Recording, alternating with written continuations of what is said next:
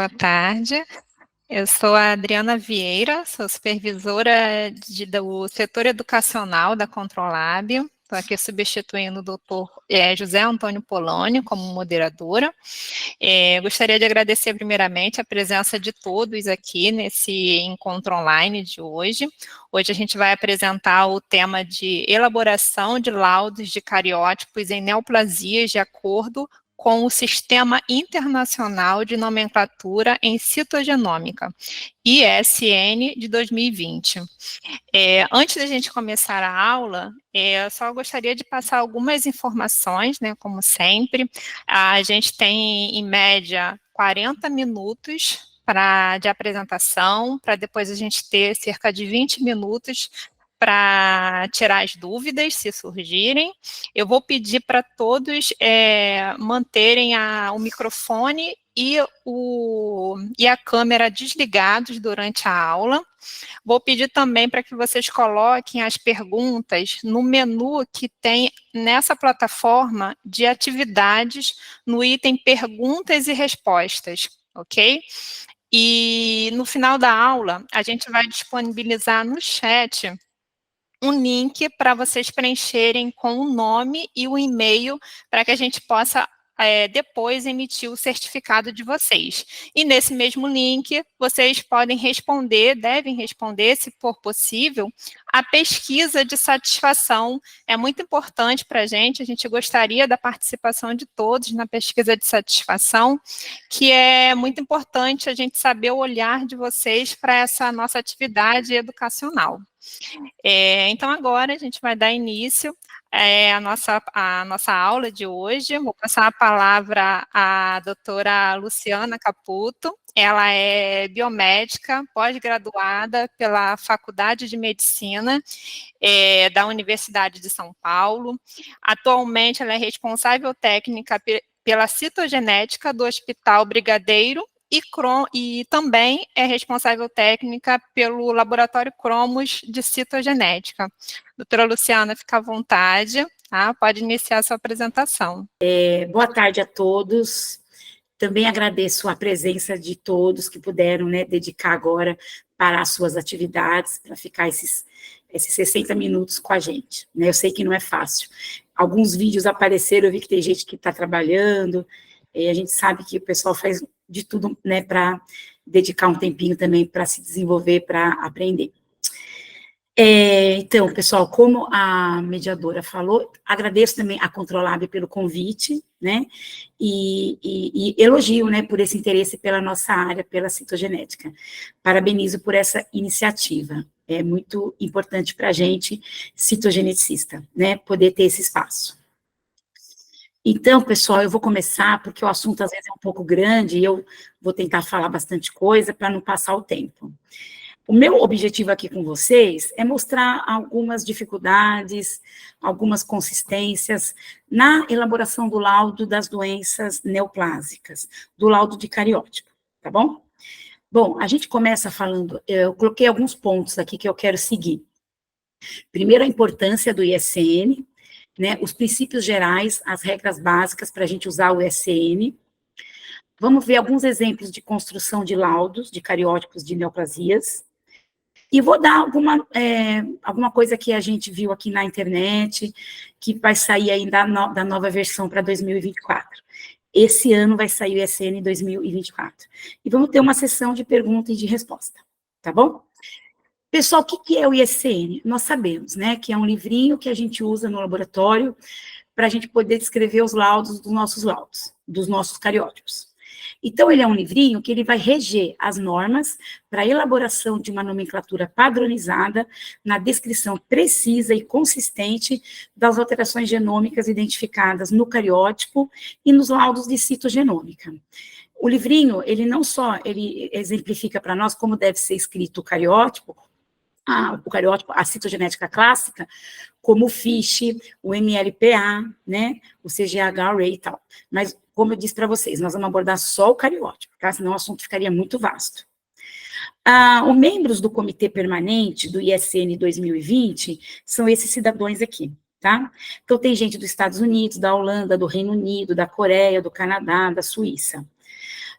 Então, é uma comunidade internacional de citogeneticista que elabora o nosso livrinho de nomenclatura padronizada. Os ensaios de regiões específicas também constam aqui nesse livrinho, né? Então, como eu disse para vocês, como escrever um laudo dos outros ensaios moleculares, né? E esses ensaios, eles foram, essas variantes genômicas, né, de nucleotídeo, foram também escritas em colaboração, né, e sobre a aprovação desse comitê que descreve as variações, o HGVS. Certo? Então, teve a participação desse grupo aí, foi bastante ativa. Bom, desde a era hipotônica, vocês sabem que a gente divide a citogenética em eras, né? A Dark Age, a era hipotônica, o período trissômico, a era do bandamento, a era molecular.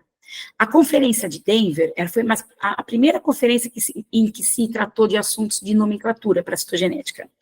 E ela foi aqui, olha, mais ou menos um pouquinho depois da era hipotônica, foi mais ou menos em 1956 que começou a usar a solução hipotônica, né? Foi até por um erro, né, de um estagiário, o Tijo, né, que era para usar uma solução isotônica, ele errou. Então, foi por um erro científico que nós tivemos a dispersão dos cromossomos e pudemos realmente avaliar que o número diploide de uma célula de mamífero não era 48, e sim 46 cromossomos. Então, a primeira conferência foi a de Denver, 1960. Essas 4 conferências aqui, ó, Denver, Londres, Chicago e Paris, resultado dessas 4 conferências, nós tivemos o primeiro suplemento, que é de 1975. Eu, com a minha idade, eu acho tudo muito novo, gente, né? Porque é coisas que eu já tinha... Calma, eu não vou falar quando que eu nasci, mas eu já tinha nascido em 75. Tá? Então, eu acho extremamente novo, né? Não quero também que vocês falem, imagina, é muito velho. É uma geração da mãe de vocês, por exemplo, acho que da grande maioria, né? Bom, e logo em seguida veio o primeiro ISCN, que foi em 78, que foi na Conferência de Estocolmo, tá? Esse nem teve um livrinho, foi uma coisa bem simplesinha. Aí, depois, então, vieram essas 4 versões que muitos de vocês, ou alguns, os citogeneticistas mais antigos, já começaram a trabalhar, já conhecem a de 85, 91 e assim por diante. Né? Cada uma delas foram sendo reestruturadas, reinventadas, aprimoradas. Eu tive a oportunidade de conversar com um dos membros, que é a doutora Ross. E, realmente, pessoal, é muito bacana para a gente ter o ISCN, para fazer essa diretriz, para a gente poder escrever esses laudos. E, querendo ou não, ele é um livrinho criticado. Até o final da aula, acho que vocês vão entender essa minha observação melhor. Rapidamente, o que aconteceu? Mais ou menos em 1985, começaram a surgir muitas publicações de laudos de cariótipo de neoplasia, né? Publicações de citogenética tumoral, mais assim, em oncohemato. Então, eles convidaram o Felix Mittelmann para fazer parte da presidência do ISCN. Então, teve a colaboração desse senhor, que inclusive quem conhece tem o catálogo de Mittelmann, que é muito bom para a gente olhar. Tem um banco de dados também que eu coloquei aqui embaixo, não sei se está dando para ver. Esse banco de dados do Mittelmann, pessoal, ele é muito legal. Às vezes você está no seu laboratório, você acha uma alteração, você quer saber se já teve isso na literatura, obviamente você pode fazer um PubMed, mas o catálogo é mais fácil. Tá? Você tem a publicação, a data, a revista, o caso clínico do paciente, não sei se a maioria conhece. E pena que não tem o que a gente gosta de ver, que são os cromossomos, mas tem ideogramas, tem desenhinhos, tá? Então, isso é bem bacana. Então, Felix Mittelmann, em 85, começaram a ver as descrições, a normatização para os laudos de neoplasia, tá? Com a colaboração desse grande profissional que estudava câncer na época. Em 91, entrou a nomenclatura para FISH. Em 95, esse foi muito legal, porque, assim, a única resolução permitida era acima de 400 bandas, né? E acho que perceberam, né, que o povo não estava conseguir resolução de 400 bandas em oncohemato, às vezes não é fácil, né? Então, o SCN permitiu a gente laudar cariótipos com 300 bandas, está com um número, vamos dizer assim, com uma resolução menor. Foi a partir de, quem tem o de 91, vai ver que lá não tem o ideograma de 300 bandas, em 95 tem esse ideograma, tá? Então, a partir daí, que perceberam a dificuldade, falaram, vamos aceitar 300 bandas. O CGH-Array entrou no SN de 2005, a definição de linha principal, de célula, de linha tronco, de stemline, a nomenclatura para MLPA e a definição de clonalidade, que a gente usa muito em neoplasia, entrou no ISN de 2009. 2013 foi bacana também, porque como eu disse para vocês, os membros do comitê permanente eram muitos profissionais que não eram da América, né? Aqui teve a participação de mexicanos, né? Então, olha, ainda, se eu não me engano, aqui também entrou uma brasileira, a Carla Rosenfeld. Acho que ela está nesse daí, tá? Uma docente da USP. Depois a gente pode confirmar, mas eu quase certeza. E entrou também a nomenclatura para os ensaios de regiões específicas, o RCA. Tá? Então, foi legal. Teve a participação um pouco mais da América, de outros continentes, né? Aí, sim, em 2016, eles mudaram, né? Era a nomenclatura em citogenética. Aí começaram a usar o termo citogenômica. De novo, também, deram uma revisão na descrição das variantes de nucleotídeo, baseadas e aprovadas por essa sociedade. Em 2020, que é esse que a maioria está usando hoje, que a gente deve usar hoje, vocês devem estar usando para participar dos testes de proficiência, de controle de qualidade, é o ISN 2020. Teve várias mudanças nesse livro, né? Teve uma versão digital, teve uns negócios cinzas na página, quem reparou, né? As pagininhas, todas as alterações de 2016 para 2020 foi demarcada com uma barrinha cinza na página, e teve a mudança essa que eu coloquei aí. A gente estava descrevendo as alterações estruturais do centrômero para os braços, e agora é para descrever do braço P-ter até o braço Q-ter, tá?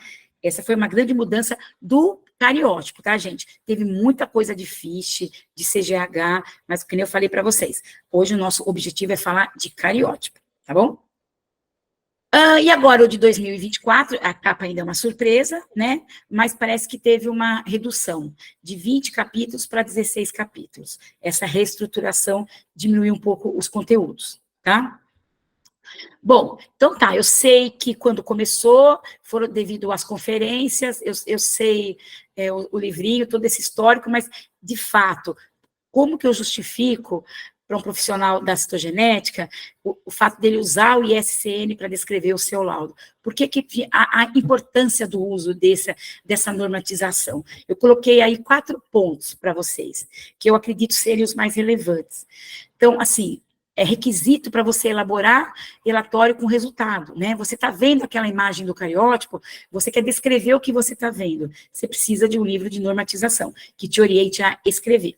O clínico precisa entender isso que você está escrevendo. E essa informação do clínico, é importante ela ser universal. Principalmente, pessoal, os pacientes de oncohemato, eles transitam por vários laboratórios, por vários clínicos. Então, vários profissionais de saúde, diferentes profissionais de saúde, têm que compreender o laudo, né? O laudo tem que ser universal. Não só para o médico, como eu coloquei aqui, ó, para as publicações e para os bancos de dados. Tá? Então, dá um avanço na área do conhecimento e mais consistência no banco de dados. Então, assim, que nem eu vou consultar o Mittelman. Será que o que eu estou vendo lá era realmente o que o cara viu? Ele escreveu certo? Se todo mundo começar a escrever as normas de acordo com o ISN, a gente vai ter essa consistência desses resultados. Então, se esses 4 requisitos, eu acho que convence, né, a gente poder aprender e tentar usar o ISN. Como eu disse para vocês, não é fácil, tá? Então, eu pensei assim, vou elaborar uma diretriz, assim, para ver se a gente, né, quando a gente dá outras aulas, a gente fala, como que vai usar o ISN? Porque, gente, tudo que é norma, às vezes, que é padronização, às vezes é um pouco, não é legal, né, para não falar chato. Então, assim, ó, eu acho que a gente tem que seguir 4 etapas. Uma não é mais ou menos importante que a outra, mas eu acredito que a 2 é a regra básica. Primeira etapa que eu acho ali, na minha opinião, depois vocês podem dar de vocês, é determinar a resolução cromossômica. Eu estou cariotipando uma metáfase, eu olho para ela, eu quero saber qual a resolução que ela está, para eu poder olhar no ideograma e escrever as bandas e as subbandas corretamente. E a regra básica qual que é? Como que eu começo a fazer essa descrição? Eu descrevo de acordo com a ordem dos cromossomos no cariótipo. Pessoal, depois que vocês montam lá naquela folhinha, é um livro. Lê que nem um livro. Com exceção dos cromossomos sexuais, você vai descrever na ordem numérica, na ordem com que eles aparecem no cariótipo, tá? Vou mostrar para vocês algumas alterações numéricas, como que a gente escreve, algumas alterações estruturais ou rearranjos. Vamos ver como que está a definição da clonalidade e o que a gente vai fazer com a presença das variantes normais ou os heteromorfismos. Tá? Então, primeiro, determinar essa resolução cromossômica. Eu olho lá no ideograma que está no ISN. Vocês vão ver que tem 5 resoluções, né? Mais ou menos 300 bandas, 400, 550, 700 e 850. O que significa isso, pessoal? Significa que... Opa, passou aqui, desculpa. A mão bola aqui. Significa que o conjunto haploide... Eu falo um maluco, mas não é isso, mas uma pessoa, né, que estava interessada um dia, ela pegou o conjunto haploide de uma metáfase e ela realmente contou aqui essas bandinhas claras e escuras.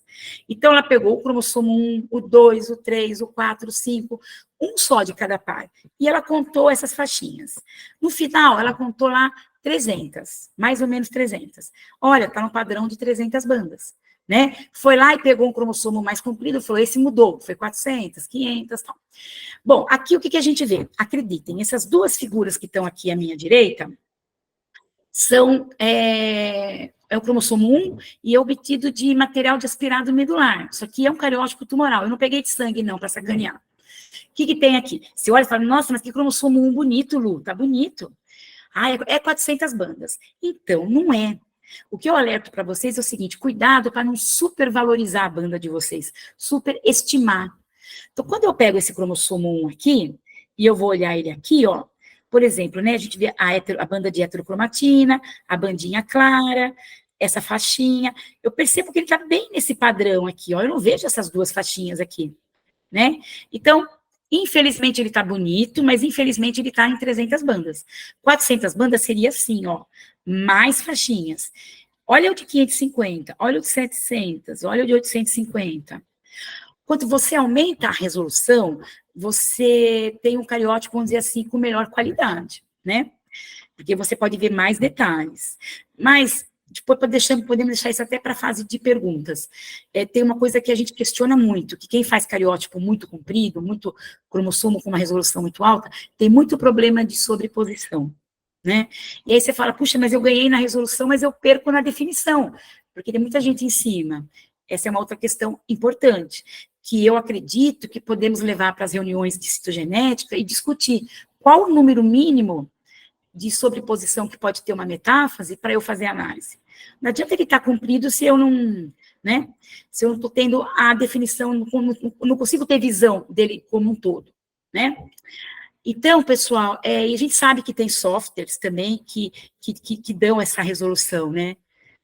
Então, a gente pode, então, o que eu quero dizer para vocês é isso. Para determinar essa resolução, é comparar com o ideograma, mas cuidado para não supervalorizar o seu material, tá bom?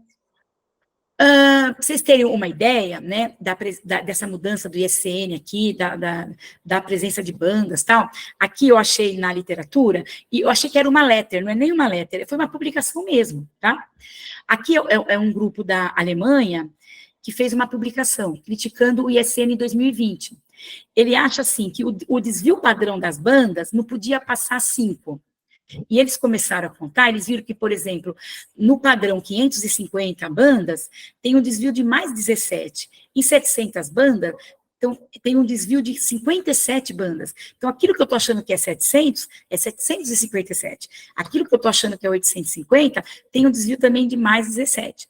Então, ele acha que não teve muita precisão na elaboração dessas bandas, desse padrão de 300 bandas. E ele critica, esse grupo alemão, ele critica também o uso da palavra citogenômica, ele critica a capa do livro de 2020, ele acha, assim, desnecessário, ele queria entender por que tem... Ele chegou a contar essas faixinhas, são 14 faixinhas horizontais e 26 na transversal. Ele quer saber por que tem essas faixinhas, ele critica a quantidade de páginas que foram dedicadas à citogenética clássica, e, em suma, não está contente. né? E aqui veio o grupo que fez, né, o ISN, a doutora Ross, a Sarah Moore e o Jen, e está outra publicação, rebatendo essa. É um atrito científico aqui, gente, na área da ciência. E ela fala que não, ela se defende, né, que o termo citogenômica foi usado desde 1999 para descrever as técnicas que envolviam ensaios moleculares e aplicadas na citogenética. Quem quiser depois dar uma olhada nesses 2 artigos e ver aí é quase que uma fofoca da ciência, né? O legal disso, o que eu acho? O que a gente tira disso? É que a citogenética está viva, né? Que legal que em 2021 estão se preocupando com o cariótipo, estão fazendo publicações na nossa citogenética clássica, né? Então, a citogenética existe, ela está dando preocupação, ela está viva. Opa, temos briga na citogenética, isso é bom, né? Bom, o segundo ponto que eu acho que a gente tem que levar em consideração para escrever um laudo é aprender a escrever as alterações numéricas, né? Então, aqui eu coloquei algumas para vocês.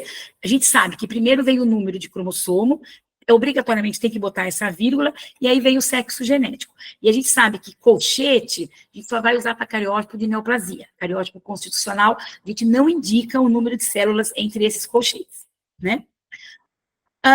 Então, tem o sexo masculino, o sexo feminino, e no PSN de 2020, tem casos que a gente não pode falar o sexo. Às vezes são questões jurídicas, o médico, algumas questões bem específicas. Então, o ISN 2020 fala para você colocar um X e uma interrogação. Já fazendo aqui um spoiler, o de 2004, ele falou, não, para a gente definir sexo que não pode ser definido, que não pode ser relatado, vamos usar 46U, tá?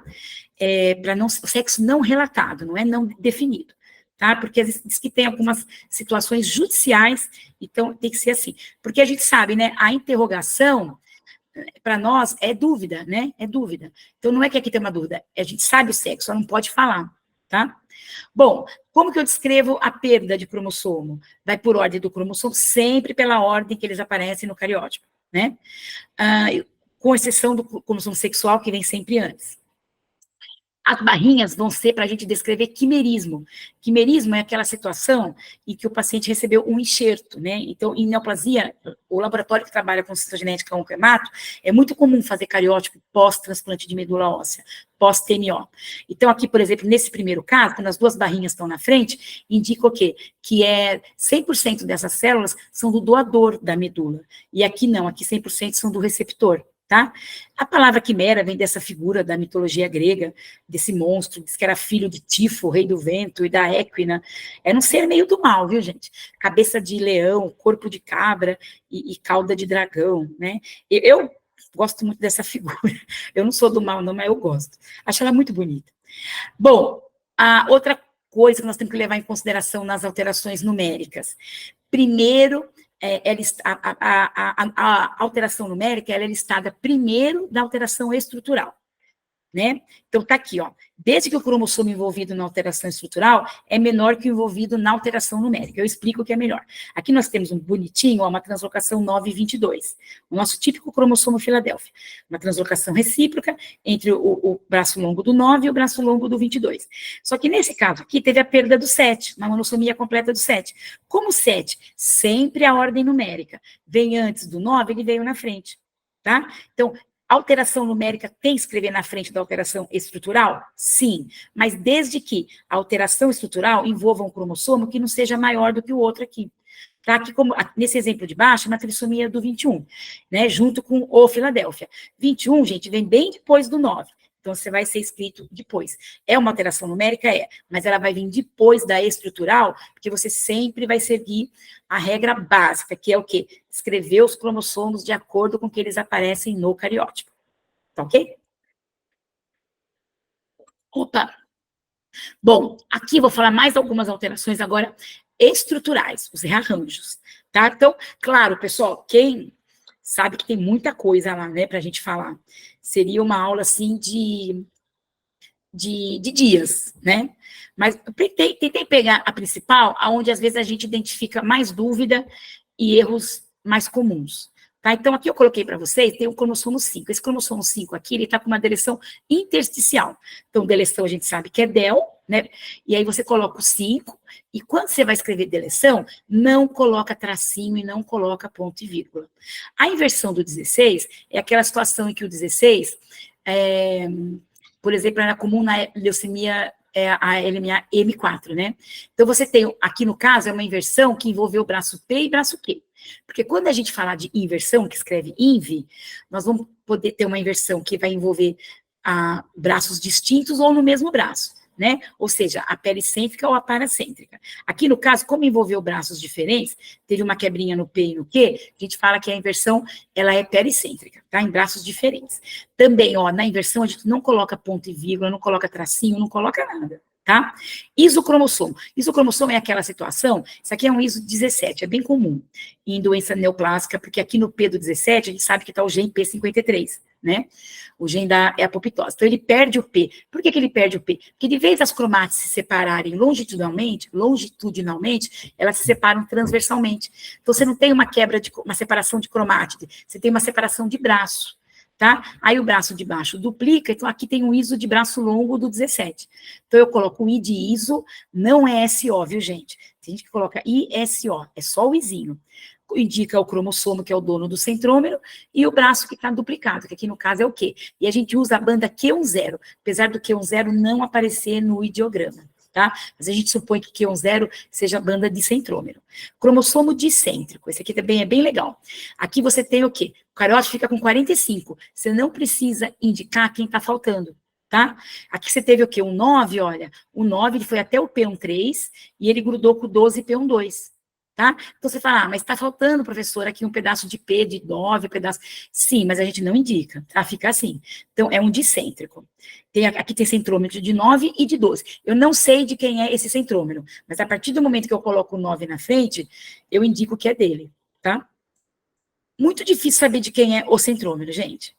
Na citogenética, tem outras técnicas que a gente até consegue descobrir. Aqui é um ISO dicêntrico de 21, tá? Então, o que acontece? Quase o mesmo princípio de um dicêntrico, só que ele fez um ISO, né? Então, aqui fez um ISO do Q22. Tem 2 centrômeros aqui? Tem, né? Mas a gente sempre fala que um centrômero está inativo aqui. Então, eu te falo que é um pseudo, é um falso ISO dicêntrico, né? Se esse centrômero tivesse ativo, pessoal, esse cromossomo não ia estar aqui, porque durante a divisão celular, um cromossomo que não teria 2 centrômeros ativos, ele ia ser puxado 2 vezes pelo fuso. Você ia quebrar esse cromossomo. O 8,21, pessoal, uma translocação equilibrada entre o 8 e o 21, né? Aí você escreve tranquilamente. É 8,21, você escreve o ponto do 8 que translocou com o ponto do 21.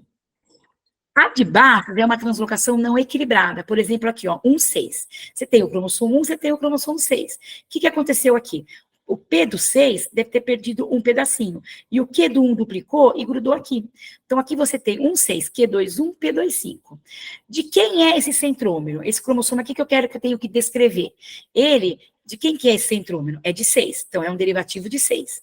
Esse derivativo é uma translocação não equilibrada. Por que não equilibrada? Porque ali tem material, tem uma trissomia parcial de 1, praticamente, e uma monossomia parcial de 6. Está faltando um pedacinho do P. E o que eu tenho aqui, então? É um derivativo de 6, resultado de uma translocação 1,6. Sempre que você escrever derivativo, você tem que explicar do que ele derivou, tá? Se foi de uma inversão, de uma translocação, de uma deleção. Aqui embaixo é um derivativo também, porém, é aquele que a gente fala que é o whole-worm, que é o braço inteiro. O que aconteceu aqui, ó, desse meu exemplo? Comum em mielodisplasia virando LMA. Você tem o cromossomo 1 e 2 1s normais, né? Aqui, ó, é um Q do 1 e o 7 perdeu o P, o Q, desculpa. Então, esse daqui, você fala, nossa, de quem que é esse centrômero? Aqui você não sabe, porque aqui foi, ó, braço inteiro de 1, Q10, e P10 do 7. Então, você faz um derivativo de 1,7. Você não indica um cromossomo só, você indica os 2 juntos ali por ponto e vírgula, tá? Então, um derivativo de 1,7. Estão aqui, ó. Eu sei que aqui eu tenho um material a mais de 1 e a menos de 7, mas eu não sei de quem é o centrômero. A gente fala translocação de braço inteiro. A inserção é outra translocação não equilibrada. Aqui eu mostrei para vocês a do 3,3, comum em mielodisplasia. A inserção você escreve assim, ó, INS. Aí coloca quem recebe na frente, né, e quem doa atrás. Então, aqui no caso, foram 2 cromossomos 3, teve essa coisa, o 3 daqui doou um pedaço para esse daqui, né? Não teve troca, então é desequilibrado, tá bom? Então, assim, o Q2127 do 3 entrou dentro do Q21 aqui, próximo ao Q21. Então, é uma inserção de 3 em 3. Aqui tem aquele gene, o MECOM, também comum na classificação de mielodisplasia. E aqui tem a duplicação do 1, muito comum nos cariótipos de mieloma, se vocês forem um dia pegar. Que, inclusive, é fator prognóstico até que tem que ser muito relatado para o médico, agora tem droga específica para esse rearranjo e tal. O que a gente tem aqui? E no caso do mieloma, tem duplicação, triplicação, até quadruplicação. Então, é um rearranjo não equilibrado, em que você tem o 1 duplicando. Ele duplicou esse segmento aqui, tá? Também não põe ponto e vírgula, também não põe tracinho. Bom, temos muita coisa ainda, né, além disso, a gente sabe disso. Quando vocês tiverem alterações estruturais num cariótipo, envolvendo, por exemplo, o mesmo cromossomo, como que eu descrevo isso? Por exemplo, aqui, ó, aqui eu tenho um 411, visualizem assim, que vocês têm uma translocação 411, Q21, Q23. E esse 411, ele duplicou.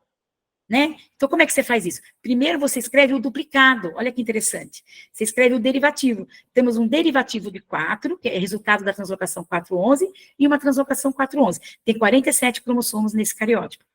Por que eu escrevo o DER primeiro? Porque agora você vai seguir a ordem alfabética, tá? Você sempre vai seguir o que aparece a regra básica segue o que está vendo, a ordem do cariótipo. Mas aqui são duas alterações estruturais. Então, agora eu vou seguir a ordem alfabética. O D vem antes do T, no alfabeto, tá? E lembrar também que o SCN 2020, né, a gente tem que escrever agora no sentido PTER-QTER, a normalidade. Então, o que eu escrevia antes, em versão do 9, P22, P23, agora eu vou escrever P23, P22. Bom, o que acontece? Uma terceira etapa que a gente tem que se dedicar para escrever o laudo corretamente, é observar a presença de clonalidade. Essa palavra clonalidade, vocês sabem, a gente usa para cariótipo neoplásico, porque lá no cariótipo de sangue a gente vai usar mosaico, né? Então, é só para as anormalidades adquiridas. Bom, a gente sabe que eu estou fazendo lá um cariótipo, é comum ter ganho, é comum ter perdas. Eu quero saber quando que aquela perda e aquele ganho é relevante para eu colocar no meu laudo. Então, o ECN, ele tem regras para isso. Tanto que eu falei para vocês, a regra de clonalidade surgiu lá para trás. Ele diz o seguinte: ganhos e alterações estruturais, vocês vão citar o mesmo rearranjo se ele tiver em 2 células, e a perda em 3. O número de células analisadas deve ser sempre informada. É aquele colchete aqui no final que eu falei para vocês. As células normais são sempre citadas por último, independente da quantidade, tá? Então, olha, aqui tem 15 células normais e tem 5 que está com a deleção do 5, monossomia do 7, trissomia do 8. Mas sempre o alterado vem primeiro, o normalzinho vem por último. Tá? Aí nós vamos ter a célula tronco, ou a streamline. Essa sim, ela vai ser citada na frente, independente da quantidade também, do tamanho. E a linhagem secundária, a série secundária, a sideline que a gente fala, ela é listada depois da célula tronco. Vou explicar com o exemplo, que é sempre melhor, né? Aqui eu coloquei para vocês, ó, um caso que ele tem, por exemplo, em 4 metáfases, a translocação 821. 16, além do 821, ele tem a trissomia do 21. Tá? Então, como eu posso fazer aqui? Essa aqui, olha, apesar de estar em maior quantidade, ela vai para trás. Porque essa é a minha stem line, e essa é a minha linha secundária. Essa é a minha linha tronco, e essa é a minha linha secundária. Aí tem coisas que vocês podem diminuir aqui essa linha. Pessoal, eu sou a favor de diminuir, porque o médico, vocês sabem, ele não... O clínico, né, começa a ver os nossos laudos, eu já ouvi dizer várias vezes, o laudo de você não parece um laudo, parece uma expressão matemática, né? Então, se vocês puderem simplificar, eu acho que ajuda e tira essa visão da citogenética, sabe? Que é para ser difícil. Então, vocês podem trocar aqui, olha, a linha secundária colocando o idem, ou até o SL de Steinlein, né? E quando vocês colocarem assim, por exemplo, o 821, não precisa repetir mais aqui agora o braço, né? Quanto mais assim o ESN permitir que a gente reduza as linhas, né, de laudo, a gente deve, acho que, aderir, porque fica um laudo mais enxuto, né, menos chato, vamos dizer assim, tá? Bom, assim, então a gente falou da clonalidade, ganho em 2, perda em 3, alteração estrutural em 3. Há exceções? Há exceções, como toda regra, senão não seria a regra. Bom, qual é a exceção? Por exemplo, de acordo com o histórico do paciente. Sabe aquele caso que você faz, você analisou 20 metáfases, você achou um Filadélfia? Você fala, e agora? Coloco ou não coloco no laudo? Então, depende. Você tem um histórico desse paciente antes, o SN te dá esse poder, né, de decisão. Então, assim, não, eu acho que tem que colocar, é importante, porque aqui, olha, se eu ignorar essa célula, talvez colocar só essa daqui, vai falar que ele está com resposta citogenética completa. Se eu coloco esse 1, isso aqui virou 5%. Já é uma resposta citogenética parcial, que vai de 1 a 35%. Tá? Então, de acordo com o histórico do paciente, olha, a alteração estrutural, de acordo com o critério de clonalidade, tinha que aparecer em 2 células. Mas se ela apareceu em uma, mas ela é relevante para aquele paciente, vocês devem citar, se ele permite. E aqui, e a perda? Posso citar perda em 2 células? Pode também. Por quê? Se esse clone que tiver a perda, tiver uma outra alteração junta. Então, por exemplo, aqui teve um clone que estava faltando o menos 22, mas eles tinham a inversão do 16 em comum. Então, você pode citar também, tá? Então, cuidado com as exceções. Dito isso, eu só coloquei aqui um exemplo de cariótipo composite, porque às vezes acontece bastante em alguns tipos de tumores, principalmente quem vai fazer tumor sólido, talvez.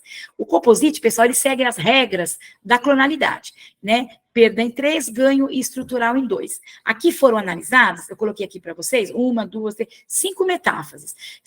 Adotando os critérios de clonalidade, quais são as anormalidades que são clonais? Foi a perda do 7 e a trissomia do 8. O resto não foi. Inclusive, aquela primeira célula ali, ela não teve nada em comum com as outras. Então, você não considera ela, tá? Então, a gente vai fazer um cariótipo composite, ou composto, com apenas 4 células. Escrevendo que variou de 43 a 46, o menos 7 era clonal e o mais 8 era clonal. Legal também, pessoal, isso daqui, eu estou falando dos resultados, mas sempre em todo laudo tem a conclusão. Que a conclusão, eu acho que aí é a língua portuguesa. Vocês decidem como explicar essa linha para o médico. Tá? Eu só acredito, eu sugiro que ela não seja tão mais difícil do que essa linha, tá? Então, depois, se alguém quiser, a gente pode conversar sobre isso, né, de como que eu escrevo, se a pessoa quiser. Mas, por exemplo, relatar isso daqui para o médico, você não pode ser muito confuso, porque ele já não está entendendo muita coisa, né? Então, você fala, presença de cariótipo composto, formado por alterações clonais observadas em 4 metáfases. Para ele, é importante o quê para fator prognóstico? A monossomia do 7 e a trissomia do 8, pronto. Tá? Ele só quer ouvir isso de você. A quarta etapa que a gente tem que tomar cuidado na hora de elaborar um laudo de oncohemato é as variantes normais, tá? Nós vamos ter as heterocromáticas, que vocês chamam até de heteromorfismo, né? Então, a gente tem lá, por exemplo, aumento do satélite, olha que bonitinho, né? A gente sabe que os acrocêntricos têm stalk e tem satélite. Aumento de stalk, a parte mais clarinha.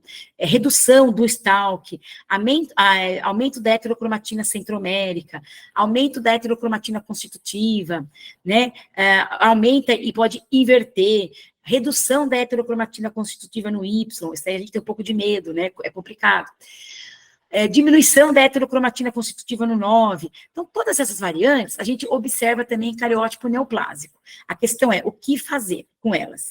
E tem também as variantes eucromáticas, que são essas daqui, olha, eu acho muito interessante. Então, assim, por exemplo, no cromossomo 1, pessoal, pode ter duplicação dessa região, pode ter duplicação dessa, tá? Aqui eu indiquei todas as alterações que podem ter e não estão relacionadas à doença. Olha aqui como ficaria na prática, por exemplo, a duplicação do 16P. Então, aqui está um 16 normal e aqui tem um P. Você fala, isso daqui tem coisa. Logo a gente vai colocar lá ou um derivativo, ou um EADD, né? Mas vai sair como um cariótipo o quê? Alterado, né? Na verdade, está errado. Esse 18 é a mesma coisa, olha. A duplicação do 18P é totalmente normal, é um variante da normalidade. Assim como vocês falam, olha, um 9QH+, tem que falar, olha, um 18P+. Tá? Se for essa região aqui, olha que interessante. Então, tem variantes eucromáticas também, tá? E aí? Relato ou não relato isso daqui no laudo de oncohemato? Pois bem, não relata, tá? Não relata, a não ser que a gente fala assim, que seja caso de transplante, né, o quimerismo, que é relevante. Eu já precisei relatar, porque sabe o paciente quando faz transplante, mas é o mesmo sexo, homem doando medula para homem, E aí eu percebi que depois que ele recebeu o transplante, o enxerto, ele teve um 16 QH+. Aí eu falei, olha, eu posso seguir esse paciente pelo 16 QH+, e ajudou bastante. Claro que eu pedi o sangue do doador, que era o irmão, e eu vi que o irmão tinha um 16 QH+, e o paciente não tinha, tá? Então, o polimorfismo, nesse sentido, foi importante para ver quimerismo. Ou qualquer outra explicação constitucional. Mas a regra do ISN é, não reporta na linha do resultado. Vocês viram que o resultado em oncohemato, ele já é muito complexo. Se vocês quiserem colocar dentro da linha do resultado as variantes da normalidade, só vai confundir o clínico, né? E o nosso objetivo não é esse. Então, o ISN recomenda você colocar a descrição dessas variantes normais na observação. Foi visualizado, é alteração do cromossomo tanto, mas isso é considerado, aí vocês fazem um texto lá bonitinho, variante da normalidade, tá? Dito isso, pessoal, a gente viu, então, que os pontos principais que eu tenho que observar para escrever um laudo, né? Então, a gente viu que tem que ser, eu tenho que ver a resolução, eu tenho que saber escrever uma alteração estrutural, uma alteração numérica, prestar atenção se é clone, se não é, e optar por escrever ou não polimorfismo de acordo com a necessidade daquele caso. Vamos ver alguns laudos aqui. Por exemplo, ó, a gente sabe, né, pessoal, que o oncohemato a gente tenta caprichar, faz de tudo, às vezes pode usar mitógeno, às vezes não pode. Então, assim, são as metáfases obtidas que a gente consegue em oncohemato. E na literatura, quem já olhou nos atlas que tem aí pela vida, nas publicações, a gente até, ironicamente, fica, meu cromossomo tá feio, mas o de fulano tá pior, né? Parece que fica até contente. Mas não, é que é difícil mesmo ter uma morfologia bacana em oncohemato. Mas trabalhar direitinho, fazer uma boa hipotônica, tudo certinho, o tempo da banda, fazer uma tripsinização. A gente sabe como, às vezes, melhorar um pouquinho ou não, né? Bom, o que nós temos aqui? Ó, em 20 metáfases, 12 tinham essa alteração abaixo. Então, é um basicão, né? A gente pega o ISCN, define a resolução, aqui a gente define que está em 300 bandas, né, observando pelo ideograma, comparando o meu cariótipo real com o ideograma do ISCN, eu defino que é 300 bandas. Aí eu vejo lá o quê? Ordem que aparece no cariótipo, mais 3 e mais 12, em 12 células, e 8 normais. Tá? Depois eu acho que no resultado, esse é o resultado. Na conclusão, vocês podem colocar em porcentagem. Eu sempre sugiro para os alunos transformar isso aqui em porcentagem. 60% das metáfases analisadas eram trissômicas por 3, tinha trissomia do 3 e do 12. Tá? Então, facilitar a vida do clínico também. Aqui, olha, 3 de 5 metáfases tinham essa alteração. O princípio é a mesma coisa. Vamos pegar o ISCN e vamos ver que nível que estão essas bandas. Ah, tá 300 bandas. Ah, então tá bom, hein? Tá fraco, hein? Não tá muito bom, mas vamos lá.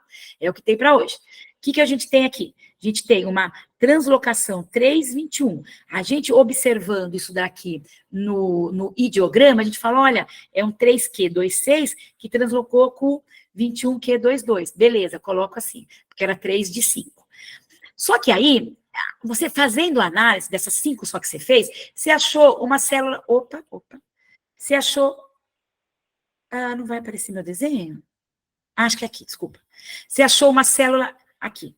Ah, não, era aqui. Tá, tudo bem, né? Essa ficou assim mesmo. Aqui ficou assim, desculpa. Acabou aqui, tá? Essa que eu vou falar tá nessa daqui. É porque é 3 também e eu confundi. Aqui nós temos 5 metáfases com essa alteração aqui. Você fala, ó, que legal, vou pegar o ISCN. Pega o ISCN. Ah, eu acho que tá 300 bandas isso daí. 300 bandas. Bota lá e vê lá o que é. Ah, é uma inversão. Olha que engraçado. O Q21 inverteu para o Q26. Nossa, que interessante. Isso daqui é muito comum em mielodisplasia, prognóstico é ruim, né? Então, pronto, está aqui. Inverteu. Só que, então, agora, aquilo que eu queria falar que é nesse caso e não era no outro. Nessas 5 metáfases que eu analisei, tem uma que estava com uma resolução um pouquinho melhor. Ah, meu Deus, uma resolução um pouquinho melhor. Né, que eu, comparando ali, eu falei, essa está 400. Aí você fala, e agora? Eu vou dar meu laudo em 300 ou vou dar em 400? Pode dar em 400. Se o 400 te ajudou, você já sabia que era uma inversão do 3. E a de 400 te confirmou com mais precisão. Então, agora, de vez você falar que foi no Q26, por exemplo, você pode falar que foi no Q26.2. Tá? O que eu acho, pessoal, que eu ainda acho que não falei para vocês, é o seguinte, se vocês escolherem uma resolução, tem que seguir essa resolução. Por exemplo, aqui, ó, quer ver? Por exemplo, aqui, ó. Aqui eu vou descrever a translocação 1517. Se eu escolhi descrever na resolução de 300 bandas, o 15, eu vou ter que escrever o 17 na resolução de 300 bandas também, tá? Então, aí você fala assim, mas o 17 eu achei que estava em 400. Não, não pode. A mesma metáfora, você não pode usar duas resoluções para descrever a alteração, tá? Aqui é o seguinte, ó, 15 metáfases, isso aqui é uma leucemia mielocítica aguda, classificação Fábio antiga, LMA M3. O que você tem aqui? 15 metáfases, você tem essa translocação 15 e 17 e a trissomia do 8. E em 5, você só tem a 15 e 17. Você fala, nossa, então tá bom, vou ter que escrever esses dois clones. A gente sabe, né, pela doença, pelo histórico do paciente, que é patognomônico, a gente sabe pela evolução de que esse daqui é o stem cell, é a célula tronco, é o meu clone tronco principal. Então, na hora de eu escrever, eu coloco primeiro o 1517, sozinho. Depois eu falo, olha, então ele teve 5 células, né, aqui, essas daqui, 5 células, 46XY, translocação 1517, Q24, Q21, aqui onde está o gen PML, ali está o gen rara, né, em 5. Depois ele teve 15 células como? Com 47, porque tem a trissomia do 8. Idem a célula tronco, a stem cell, só que mais o 8, tá? Ou você pode fazer assim, de vez o idem, o S-line, né, de stem cell. Pronto, aqui você falou que você tem 5 metáfases originárias, teve uma evolução clonal, aquele paciente, na verdade, está tendo um prognóstico pior, está evoluindo pior, né? Então, no laudo também, na conclusão, você pode colocar a presença de evolução clonal, né? Tantos por cento das células somente não porque é ruim, né? Mas com a translocação 15 e 17, e tantos por cento, além dessa alteração, a trissomia do 8, que assim acho que o clínico entende melhor, que ele está diante de um quadro que ele tem que agir, porque o paciente só não tinha 15 e 17, agora ele tem outras coisas, tá? Aqui é o nosso classicão, que a gente não deve errar, então é importante sempre falar dele. Então, eu pego essa imagem, essa metáfase, e eu identifico aqui uma alteração estrutural, que aqui no meu desenho mostra que é uma translocação recíproca, uma translocação equilibrada, entre o 9 e o 22. Então, eu vou lá e escrevo, né? Pego o ISN, determino a resolução, aqui está em 400 bandas, né? Então, eu sei que é o 9Q34, com o 22 aqui parece que é 1.2, que foi para lá, para o 9. Então, é o nosso querido cromossomo Filadélfia, que a gente descreve, né? 922, Q34, Q1.2. Põe ponto e vírgula, tudo bonitinho, tudo dentro desses parênteses, indica o número de células nos colchetes. Perfeito. Aqui, eu olho que tem um cromossomo pequenininho, agora é em 15 metáfases, tá, gente? Tem um cromossomo pequenininho aqui. Mas aí eu olho para o 9 e falo, gente do céu, mas aqui não está o clarão. Nós temos que descobrir onde está esse clarão, porque a gente sabe, quem trabalha com o quemato, que tem na doença, na LMC, tem o tal do Filadélfia variante, né? Que é aquele Filadélfia, então, que ele vai envolver, além do 922, um outro cromossomo. Pego o ISN, defino o meu padrão de bandas, tá? Que nem sempre vai ser definido nessa metáfase, pode ser definido em outras, já que eu li 15, acabei de falar isso para vocês, né? Então, vocês podem definir na outra metáfase. O que você não pode é descrever o 9 na resolução de 300 e o 22 na resolução de 400, tá? Bom, o que acontece aqui? Como que eu descrevo o pH variante?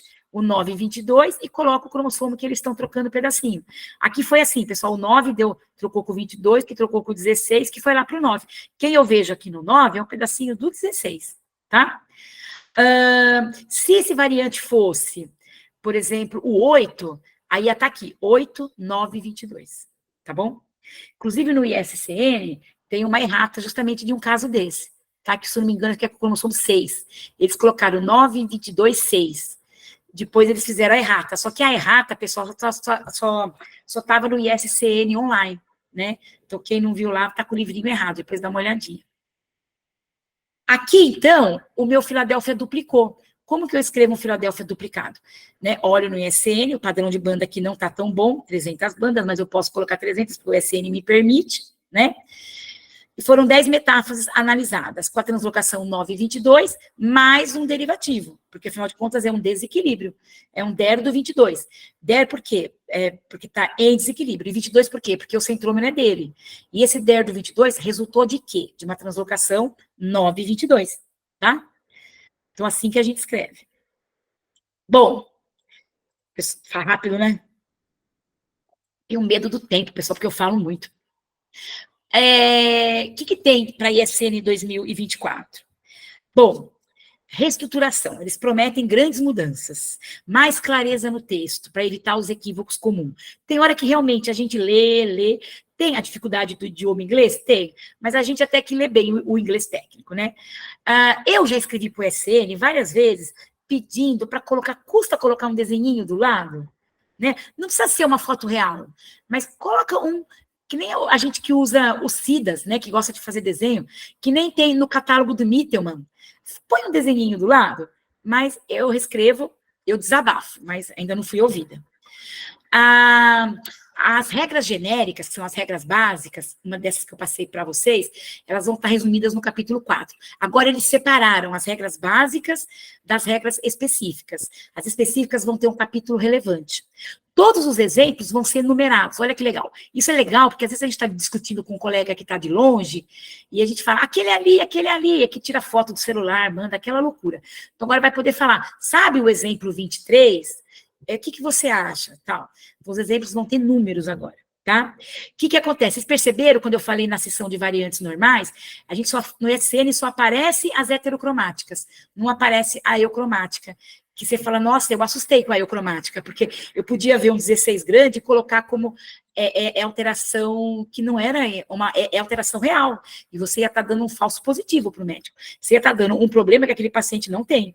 Né? Então, agora eles vão ter um guia com as variantes eucromáticas benignas, tá?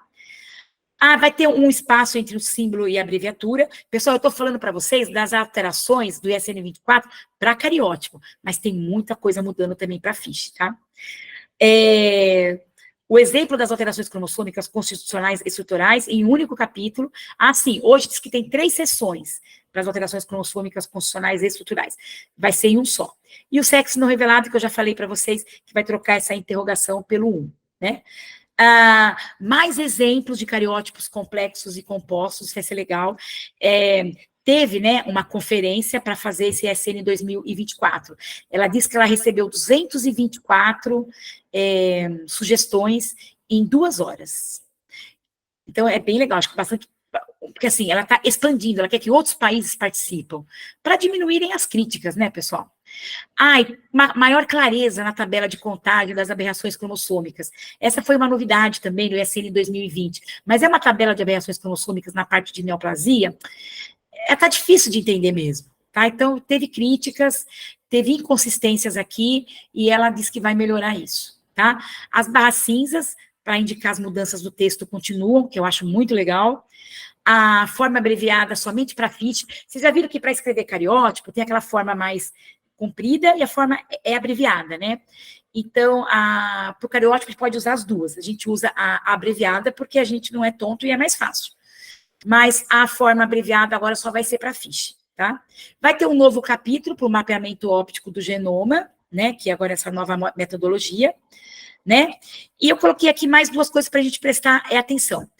Ela sempre fala isso, a resolução da banda cromossômica do ISN, ela representa a resolução observada. Então, você não deve ajustar a localização do gene.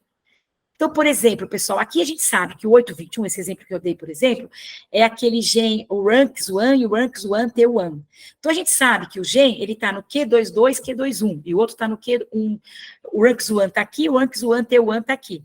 Aí você fala, é 821, eu vou colocar aqui porque é onde está o gene. Isso seria no padrão de 700 bandas. O seu cariótipo está no padrão de 400. Então, ela não quer, não se deve. Ele preconiza que você não deve ajustar o seu cariótipo à localização do gene, tá? Então, coloca Q22, Q22. Mas não é ali que está o gene RUNX1, RUNX1. Não, mas você não pode. Seu cariótipo está 400 bandas, você não pode colocar essa subbanda aqui, porque você não está vendo ela, tá? Então, isso é uma coisa que é bem dito lá. Então, é isso. Não devemos ajustar a descrição da banda envolvida com rearranjo conhecido, com o gene descrito. Pessoal, a premissa do ISCN é: descreve o que você vê, não a interpretação. Vocês têm que lembrar que nós somos um laboratório. Quem tem que interpretar o laudo é o médico, tá? A gente tem que descrever o que a gente vê. Essa é a premissa básica do ISN. Não pode dar aquelas viajadas. Previsto para setembro, tá? Então, quem não comprou o SN 2020, não compra, né? Porque agora em setembro vai sair o 2024, né? Que ela fala que é isso, né? O objetivo principal que eles se reuniram novamente é resolver essas inconsistências que apareceram, facilitar a descrição das novas técnicas. Quem tiver depois acesso vai ver, melhorou muito para descrever as alterações do CGH-Array, do FISH ficou muito melhor, tá? Importante é isso, olha, quem está fazendo o trabalho de levantamento de dados, pesquisa, o importante é o quê? É vocês vão ter um certo conflito, principalmente naquela coisa que mudou, porque antes de 2020, descrevia do centrômero para as bandas, agora como é em relação ao PTER, QTER, então imagina você estar fazendo um levantamento de dados, você vai estar com linhas de cariótipos na sua tabela do Excel, onde você levantou seus pacientes, você vai ter tabela lá que vai estar na versão, vai ter resultado lá que vai estar na versão 2020, e você vai ter resultado lá que está na versão 2024. Né? Então, é muito importante você colocar isso no seu laudo, tá?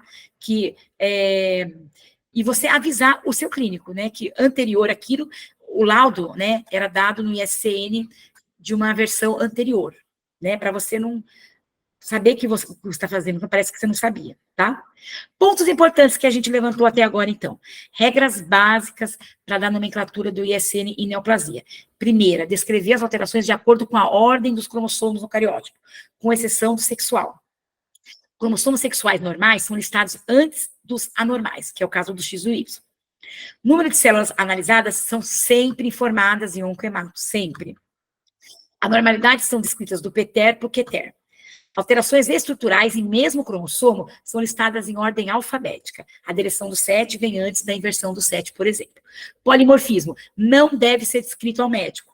Resultado de um exame de cariótipo. O polimorfismo, ou a variante na normalidade, não tem relevância clínica. De certo modo é esse. A não ser naquelas exceções que a gente falou para vocês. Se você achou importante porque era um caso de quimerismo, você coloca.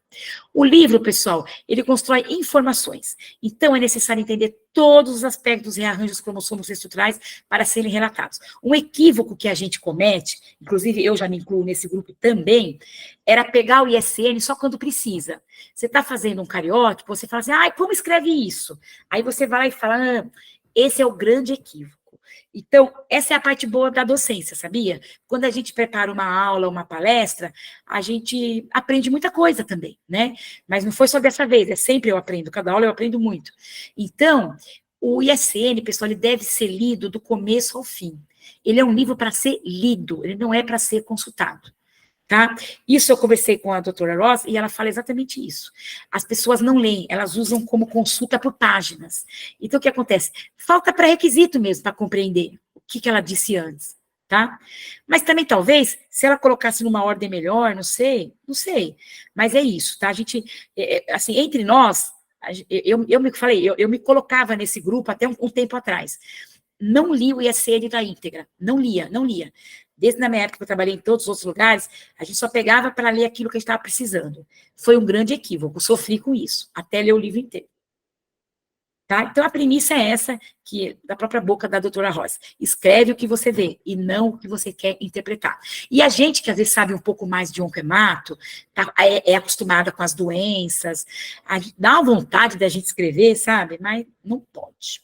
Pessoal, eu não sei se tem tempo para isso ainda, eu não marquei o tempo, mas é rapidinho, ó. Queria mostrar isso aqui para vocês terem uma noção como a coisa ainda, como não é só nós, né? Não somos só nós. Isso aqui é o seguinte, ó, imagina que pegaram 19 laboratórios de citogenética oncológica da China, do Canadá, dos Estados Unidos, 19 laboratórios e fizeram 2 perguntas para esses laboratórios. A pergunta número 1, aqui está aqui, pessoal, ó, então, era um caso de leucemia mieloide aguda, né, uma LMA, então analisaram 20 metáfases, não sei se está dando para vocês verem, está muito pequenininho, 20 metáfases, né, 9 era 46XX, depois essa primeira teve essas perdas, essa teve essas perdas e tal.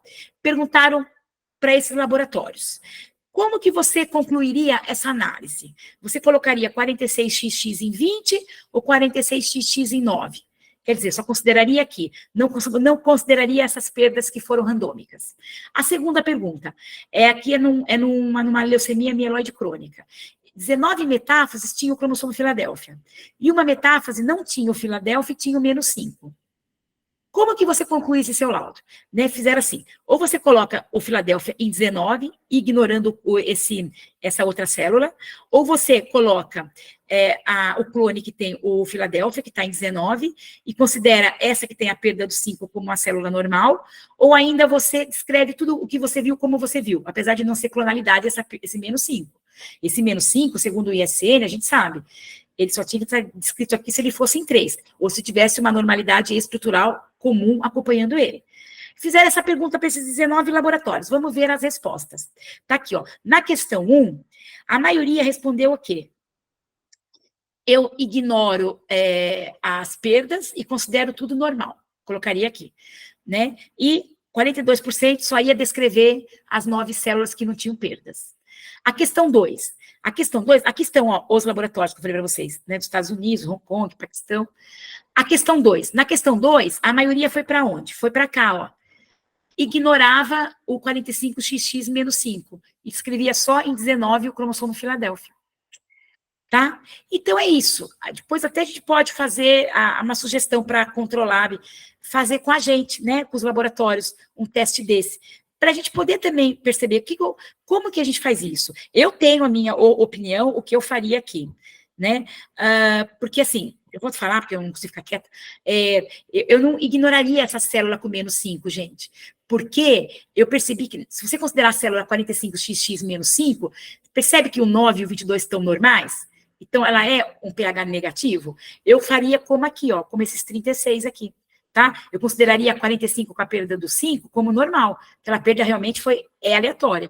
Então, eu colocaria que meu paciente tem 95% de Filadélfia positivo. Só para não falar 100, tá? Mas, é claro, cada um teve a sua posição. Eu achei bem interessante. Então, o que a gente conclui disso aqui? Que ainda vão existir discrepâncias, por mais que a gente siga o ISCN, universal, gente, porque a gente não está sozinho no mundo, né? Então é isso, ó, o comitê precisa se reunir mais, o comitê permanente, agregar novos participantes, né, chamar alguém aqui do Brasil, né, para discutir essas discrepâncias e não envidar esforços, não medir esforços, para alinhar esse sistema de notificação utilizado pelos laboratórios. Eu achei interessante, eu espero que tenha dado tempo. Adriana, como estamos? Sessão de perguntas e respostas. Oi, foi ótimo, doutora Luciana. Que tempo que tá, Adri, que eu não marquei? Oi? Quanto tempo? Olha, já são 4 e 4. O que significa isso? Ai, Oi? passou! Passou um pouco. Ai, passou bastante, pessoal. Mas foi ótimo, o conteúdo foi muito bom. Inclusive, a gente tem até aqui alguns comentários. A Carla Chagas está comentando que precioso isso que você está oferecendo. O Jonatas também está comentando, excelente, apresentação super detalhada e didática. Obrigada, Vanessa comentando, maravilhosa apresentação. Então, eu acho que foi proveitoso para todos, doutora. Obrigada, gente. A gente se esforça, viu? Mas é que, às vezes, quer falar muita coisa, pessoal, né? E, passou o tempo. E eu tentei nem beber água, mas eu preciso, pessoal. Jonathan, pessoa queridíssima. Joe, um beijo. Tem muita gente querida aqui que eu estou vendo, meus ex-alunos. Gente, muito obrigada. Mas dá tempo para as perguntas, Liz? Você que manda, eu estou aqui. Olha, tem uma pergunta aqui, eu vou fazer. Antes, eu só vou reforçar, pessoal, que o link para a pesquisa e para vocês também preencherem com os seus dados para a gente gerar o certificado já está no chat. Então, por favor, peço a participação de todos na pesquisa e também para preencherem com os seus dados para a gente gerar o certificado no final, tá bom? Quanto à pergunta, temos aqui uma pergunta, por gentileza, poderia repetir a descrição para variantes T, translocação 922?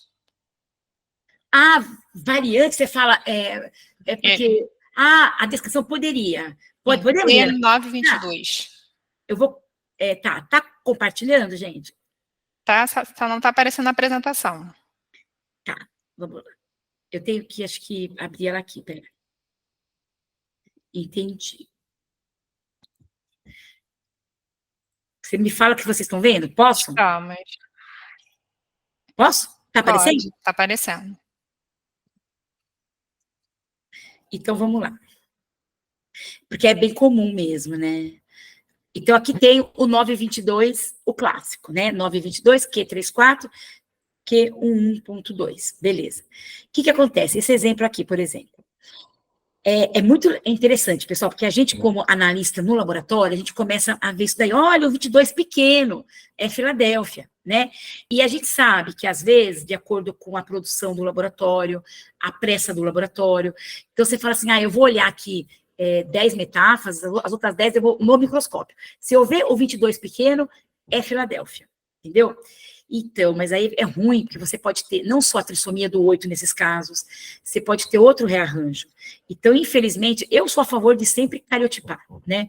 Bom, então o que acontece aqui, ó? Você vê o 22 pequenininho, aí você fala, oba, é o 922, vou olhar para o 9. Você olha para o 9, você fala, ai, caramba, danou-se, o 9 não está com aquela banda clara, essa banda característica que ele teria que ter aqui. Essa banda foi para algum lugar.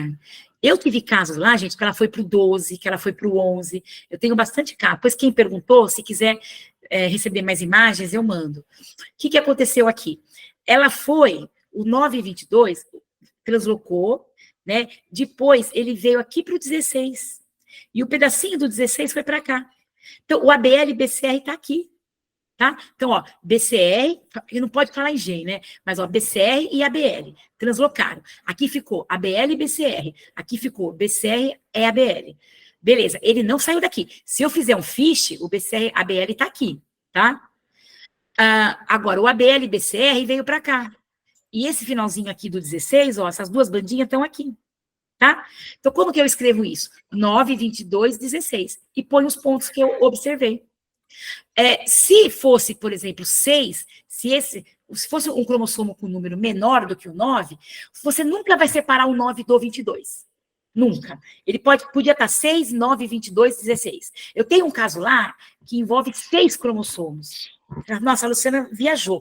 Não, eu até pedi lá ao pessoal do ICA, porque eu peço muita coisa, às vezes, cortesia, porque eu trabalho com SUS, então eu peço muita cortesia para os amigos, né, Jonathan? Então, essa vez eu pedi para o INCA, tá, Jonathan? Então, eles estão fazendo lá um fiche para mim, que na minha cabeça envolveu 6 cromossomos, eu quero checar. Aí agora eu mostro para vocês, né? Então, é isso. Você escreve o 9 e o 22 sempre junto. Aí você coloca o outro cromossomo que está nessa variação, tá? Impacto clínico disso, nenhum. Tá? Os trabalhos mostram, os artigos mostram que é tratado como, não é mais grave ou menos grave, não vai ter um prognóstico melhor ou pior. Respondi? Veja se é isso que a pessoa... Perfeito, acredito que sim. Pode fazer um comentário no chat se precisar de mais algum complemento. Tem mais uma pergunta aqui. Você poderia dar um exemplo dessa mudança na descrição do PTER para QTER? Não sei se eu estou pronunciando certo, doutora. Me corrija, por favor. Essa mudança, que mudança, gente? Desculpa, do variante? Não entendi a pergunta. Dessa mudança na descrição do PTER para o QTER. Então, acho que a gente falou aqui, deixa eu ver, ó, vou achar. Espera só um pouquinho.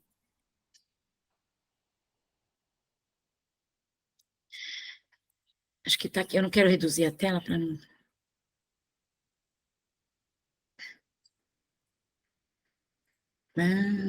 Luciana, cabeção, tá para lá, peraí. Pessoal, aqui, ó, embaixo dessa tabelinha. Então, assim, ó, aqui, o que eu falei aqui para vocês, aqui embaixo, ó, o que antes escrevia inversão do 9, por exemplo. Essa não é uma inversão do 9 variante da normalidade, tá? A da normalidade é Q12, P13, né, se eu não me engano. Aqui é uma inversão do 9. Inclusive, ó, entra o gene onde está o JAK2 e tal.